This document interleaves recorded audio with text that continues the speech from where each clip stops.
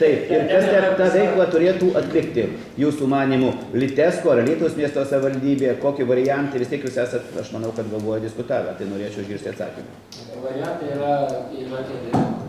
Vėlgi šiuo metu mano Alytoje yra centralizuota šilumos tiekimo sistema, kurios viena atšaka, gana ilga, eina 3 namams.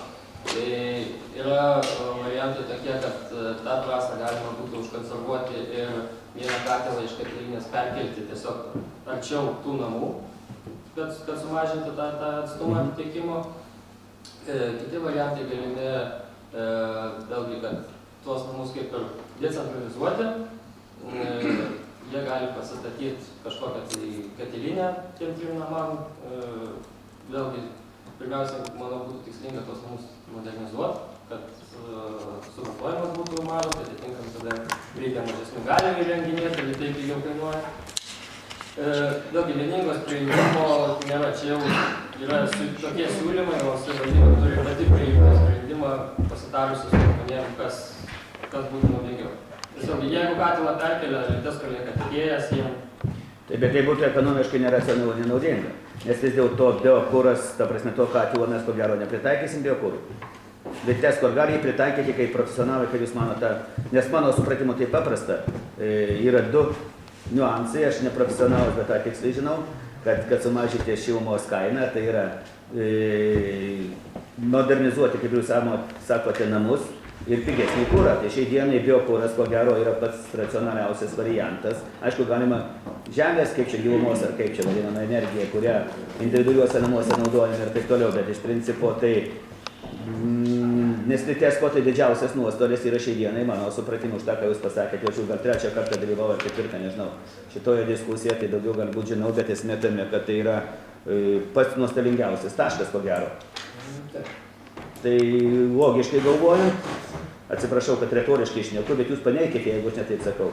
Esmė tame, kad tuos 3 namus modernizavus, reikėtų statyti arčiau jų kažkokią tai bio kuro ar kažkokią kitokią, jeigu dar yra efektyvesnių būdų ir taip toliau, kuriuo šiandien dar nežinau, tai jeigu žinote ir man pasakykit, visiems čia susirinkusiems. Ir ta prasme, tokiu būdu spręsti šį klausimą. Nes esu tiesiogiai suinteresuotas, nes esu pirmo Alytaus gyventojas. Nors nepriklausomas esu, nes naudoju kitokius šilumos šaltinius į žemės ir taip toliau, kaip čia vadinamos. Tai tiesiogiai nesuinteresuotas, bet vis dėlto aš manau, kad tai yra ekonominė prasme didelė problema. Vėlgi, jeigu tą investiciją apsimtų daryti Litesko išlaikydama tuos namus kaip savo vartotojus, tai jie mokėtų šilumą pagal miesto tarifą.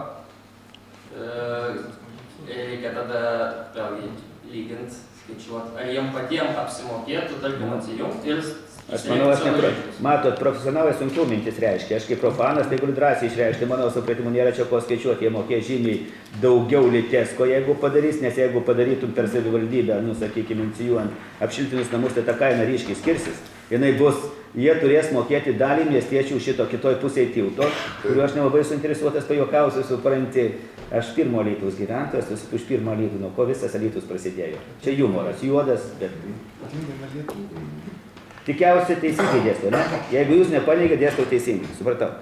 Nes vis tiek mums reikės priiminėti sprendimus ne kam nors kitam, bet pasitarus su gyventojais, vis tiek reikės miesto savivaldybei. Ar aš būsiu mero ar ne, bet tą reikės daryti. Tai gerai.